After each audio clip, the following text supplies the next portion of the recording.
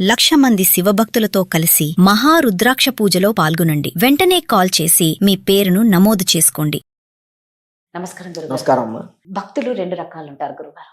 ఒకరు ఏంటంటే గంటలు చక్కగా కూర్చొని మంచిగా పూలకి అన్నిటికీ మంచి డబ్బు ఖర్చు పెట్టి అన్ని రకాలుగా చేస్తూ గుళ్ళకి వెళ్తూ అన్నీ చేస్తారు. కాకపోతే కొంతమంది మధ్య కాలంలో మనం చూస్తూ ఉన్నాం ఏంటంటే అవతల వాళ్ళ ఇంట్లో ఏం జరుగుతుందో, లేకపోతే వాళ్ళు ఏదన్నా వాళ్ళకి ఇబ్బంది పెట్టిన వాళ్ళు చిన్న దానికి కూడా వాళ్ళ చెడు కావాలి, వాళ్ళకి ఏదో ఒకటి కావాలి అని కోరుకునే వాళ్ళు నాశనాలు కానీ ఇలా ఉంటాయి.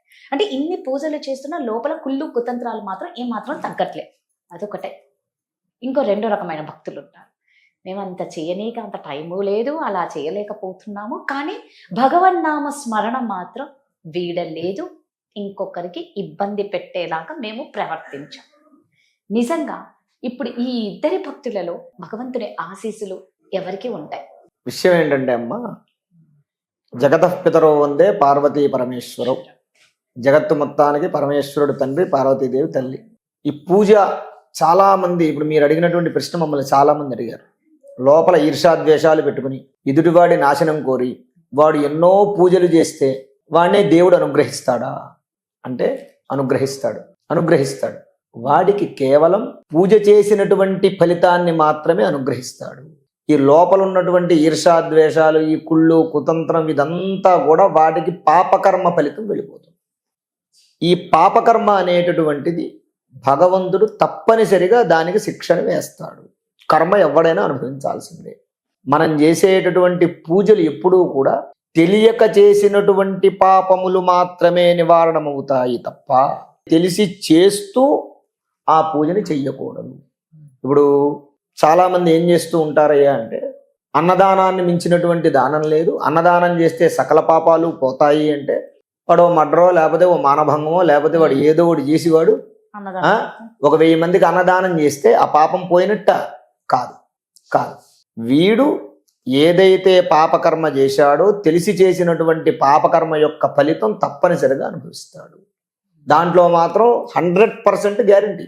వాడు వాడు 1 కోటి రూపాయలు పెట్టి పూజ చేసినా సరే వాడు చేసిన పాపానికి తప్పనిసరిగా శిక్ష ఉంటుంది. మీరు అన్నట్టు కర్మ ఫలితం. పూజ చేయడం వల్ల ఏమవుతుంది అయ్యా అంటే, ఈ పూజ చేస్తాడు కదా, ఈ పూజ ఫలితమే. ఇప్పుడు కూడా 2 బ్యాంకులు ఉంటాయి, పాపం బ్యాంకు, పుణ్యం బ్యాంకు. నువ్వు చేసినటువంటి పుణ్యానికి పుణ్యం బ్యాంకులోకి వెళ్ళిపోతాయి, నువ్వు చేసిన పాపానికి పాపం బ్యాంకులోకి వెళ్ళిపోతాయి. నువ్వు చేసిన పుణ్యం తల్లిదండ్రులు చేసినటువంటి పాపకర్మ పుణ్య ఫలితాలు పిల్లల్ని ఆశ్రయిస్తాయి.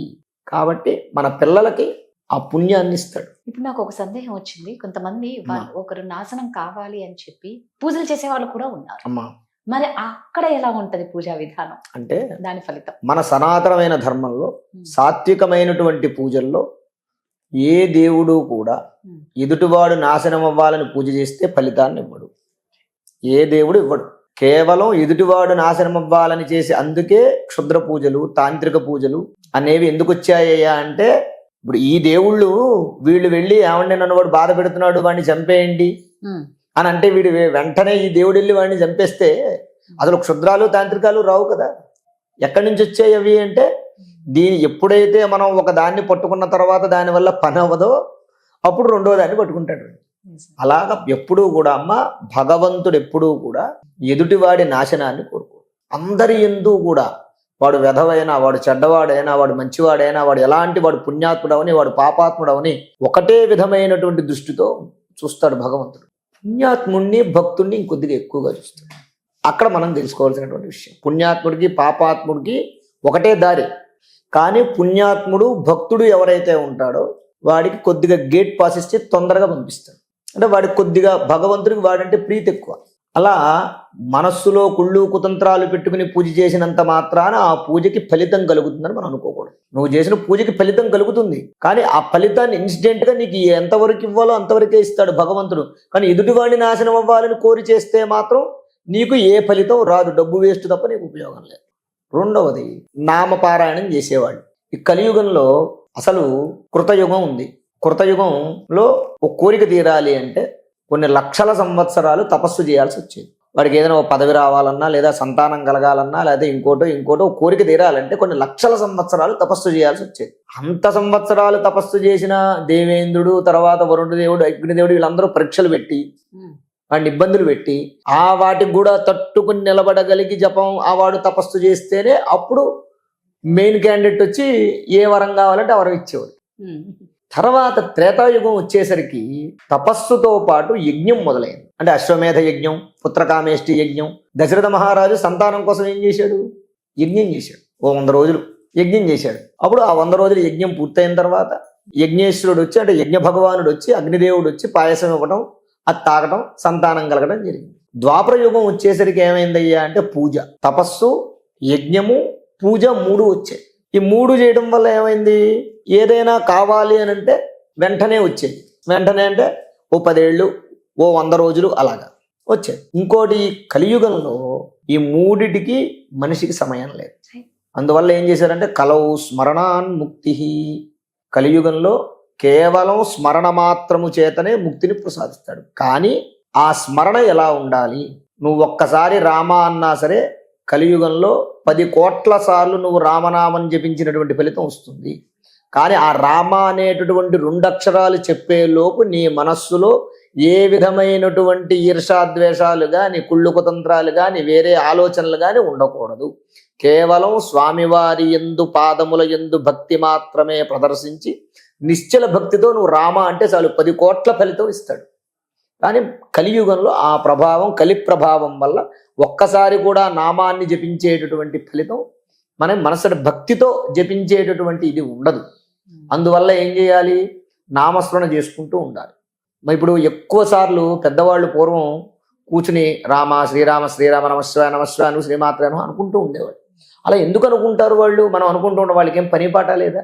పొద్దున్న లేస్తే లేచిన దగ్గర నుంచి ఓ జపమాలు తీసుకుని రామ రామ రామ రామ అని చెప్పి జపం చేసుకుంటూ ఉంటారు. నేను వేరే ఏమన్నా పని చేసుకోవచ్చు కదా అనుకుంటూ ఉంటాం. వాళ్ళు చేసినటువంటి అన్ని కోట్ల నామాలలో కనీసం ఏ ఒక్క నామమైనా సరే మనఃపూర్వకంగా గనక చెప్పగలిగితే అది నన్ను, నా కుటుంబాన్ని, నా వంశాన్ని ఆ రాముల వారు కాపాడతాడన్న కారణం చేత వాళ్ళు అన్ని వేల సార్లు రోజు పొద్దున్న లేచి సాయంత్రం దాకా జపం చేస్తూ ఉండడానికి గల అర్థం.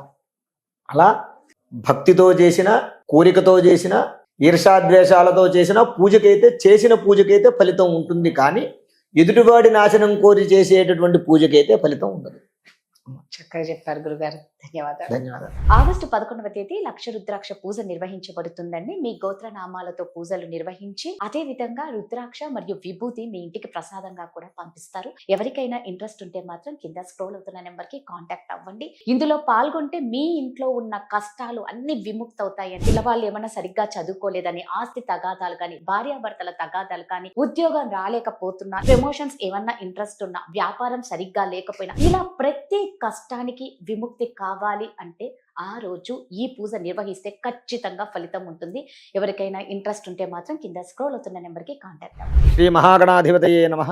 ఆరోగ్యము, ఐశ్వర్యము, ఆనందము, ఆర్థిక లాభం ఇవన్నీ కలగాలంటే ఆగస్టు 11వ తారీఖు మంగళవారం రోజున మేము నిర్వహించేటటువంటి లక్ష రుద్రాక్షల పూజలో పాల్గొనండి. పరమేశ్వరుడి యొక్క అనుగ్రహం వల్ల సర్వ విధములైనటువంటి కష్టాలు నివారణమై ఐశ్వర్యాలు కలుగుతాయి. లక్ష రుద్రాక్ష పూజలో పాల్గొనేటటువంటి వారు స్క్రీన్ మీద స్క్రోల్ అవుతున్నటువంటి నంబర్లకు కాల్ చేసి రిజిస్ట్రేషన్ చేసుకోగలరు.